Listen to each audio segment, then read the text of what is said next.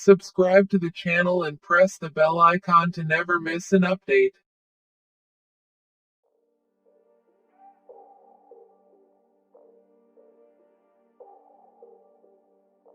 Hello guys, मेरा नाम है कौशल और आप देख रहे हैं टेक दावत। और इस वीडियो में हम बात करेंगे एक बहुत ही इंपॉर्टेंट टॉपिक पे, इंडिया और चाइना के करंट सिचुएशन के बारे में और कैसे हम चाइनीज़ प्रोडक्ट्स को बॉयकॉट कर सकते हैं या फिर चाइनीज़ स्मार्टफोन्स को बॉयकॉट कर सकते हैं और क्या उसके ऑप्शंस अवेलेबल है। तो प्लीज़ वीडियो को एंड तक देखना।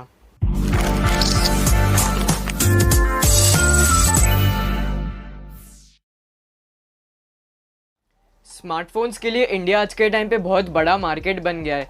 कई सारे ऐसे फ़ोन्स हैं जो हमें सबसे पहले इंडिया में देखने मिलते हैं, फिर बाकी कंट्रीज़ में, स्पेशली जो बजट सेगमेंट में होते हैं, मतलब जो 20,000 के अंदर होते हैं। ये प्राइस रेंज में हमें सबसे ज़्यादा चाइनीज़ ब्रांड्स के ही फ़ोन देखने मिलते हैं। नॉन चाइनीज़ ब्रांड्स है लेकिन वो इतने ज़्यादा बिकते नहीं है।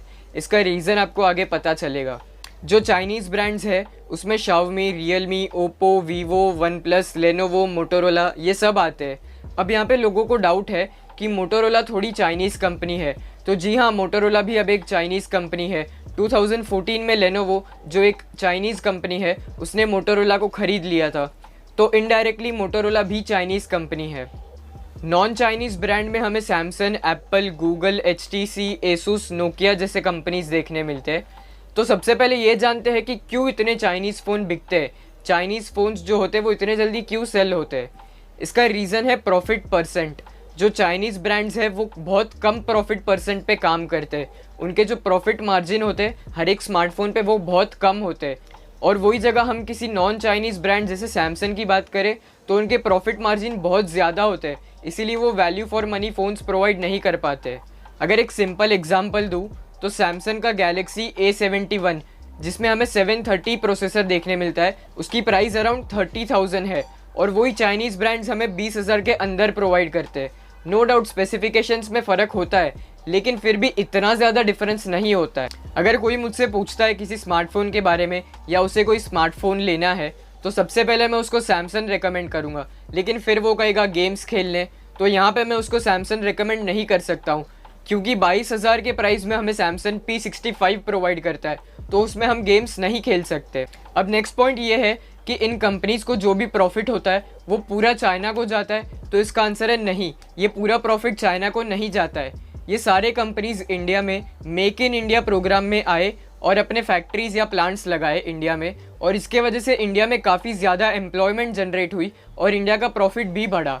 फैक्ट्रीज़ में काम करने वाले लोग जो है वो सारे इंडियन लोग हैं। अब बेसिकली ये सारे फैक्ट्रीज़ में स्मार्टफोन्स को असेंबल किया जाता है, मतलब जो पार्ट्स इंडिया में बनते हैं वो, और बाकी पार्ट्स को इंपोर्ट करके उसको एक साथ प्रॉपरली असेंबल किया जाता है। और जितने भी पार्ट्स इंपोर्ट होते हैं वो सारे चाइना के नहीं होते। फॉर एग्जांपल अगर प्रोसेसर की बात करें जैसे कॉलकॉम, तो वो कंपनी US की है लेकिन वो सारा असेंबल होता है चाइना में। अगर मीडियाटेक है तो वो ताइवान में होता है। तो बेसिकली सारे कंपनीज़ ने अपने असेंबली लाइंस को इंडिया में लगाया है। सारे पार्ट्स को इंडिया में बनाने का एट वंस पॉसिबल नहीं है।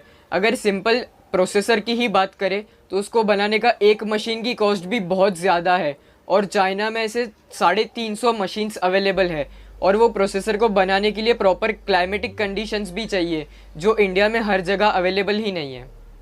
अब नेक्स्ट पॉइंट ये है कि कौन से ऐसे इंडियन ब्रांड्स हैं जो स्मार्टफोन्स मैन्युफैक्चर करते हैं। अगर सिंपली गूगल करके देखोगे तो ऐसे नाम्स आएंगे जो कभी सुने भी नहीं होंगे, और वो भी 100% मैन्युफैक्चर इन इंडिया नहीं होते। उसमें भी कई सारे ऐसे पार्ट्स होते जो अलग अलग कंट्री से इम्पोर्ट होते हैं। अब कुछ ऐसे इंडियन कंपनीज़ हैं जैसे माइक्रोमैक्स, पूरा फ़ोन चाइना से इम्पोर्ट करके उसमें थोड़े बहुत चेंजेस करके इंडिया में बेचता था, मेड इन इंडिया के नाम पे। अब ऐसे में ज़्यादा प्रॉफिट तो चाइना को होता था। जो जियो फोन 1 आया था वो भी पूरा चाइना से असेंबल होके आया था। तो चाइनीज़ स्मार्टफोन्स को एट वंस बॉयकॉट करना तो पॉसिबल नहीं लगता है। फ्यूचर में हो सकता है अगर इंडिया में सारे पार्ट्स बनने लगे और इंडियन ब्रांड्स भी हमें value for money smartphones provide करने लगे। बाकी सारे चाइनीज़ प्रोडक्ट्स या चाइनीज़ ऐप्स को बॉयकॉट करना पॉसिबल है। कितने सारे ऐसे ऐप्स हैं जिनके अल्टरनेटिव्स अवेलेबल है, तो हमें वो यूज़ करने चाहिए, उन चाइनीज़ ऐप्स को अनइंस्टॉल करना चाहिए। रिसेंटली इंडियन इंटेल एजेंसी ने 52 ऐसे ऐप्स की लिस्ट दी है जिनका डायरेक्टली या इनडायरेक्टली चाइना से कनेक्शन है, तो उनको ब्लॉक किया जाए या फिर पब्लिक को बताया जाए कि इन ऐप्स को यूज़ ना करें, तो वो हम कर सकते हैं और वो हमें करना चाहिए। अभी एट प्रेजेंट हार्डवेयर को बॉयकॉट करना पॉसिबल नहीं है, लेकिन सॉफ्टवेयर को ईजिली बॉयकॉट कर सकते हैं। और जो करंट सिचुएशन है, जो थोड़ी वॉर जैसी है, उसमें इन ऐप्स से सारा डेटा यूज़ किया जा सकता है।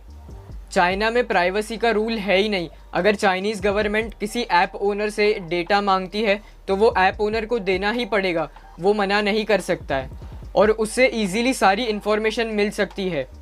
टिकटॉक, जिसके इतने सारे यूज़र्स हैं इंडिया में, इन सब का डेटा इजीली लिया जा सकता है, तो वो जितना हो सके हमें अवॉइड करना चाहिए। जो बाकी चाइनीज़ एक्सेसरीज़ है, जो चाइनीज़ टॉयज़ है, जो मेड इन चाइना होते, उनको नहीं यूज़ करना चाहिए। ये सब में हम इजीली चाइना को बॉयकॉट कर सकते हैं। तो दोस्तों बस इस वीडियो में इतना ही। थोड़ी लंबी वीडियो हो सकती है, पर अब यहाँ तक देखा तो लाइक ज़रूर करना और अपने दोस्तों के साथ भी शेयर करो। अपने ओपिनियंस कमेंट सेक्शन में ज़रूर बताना और इस चैनल को सब्सक्राइब करके हमारी दावत फैमिली को ज्वाइन कर लो। नेक्स्ट वीडियो तक गुड बाय।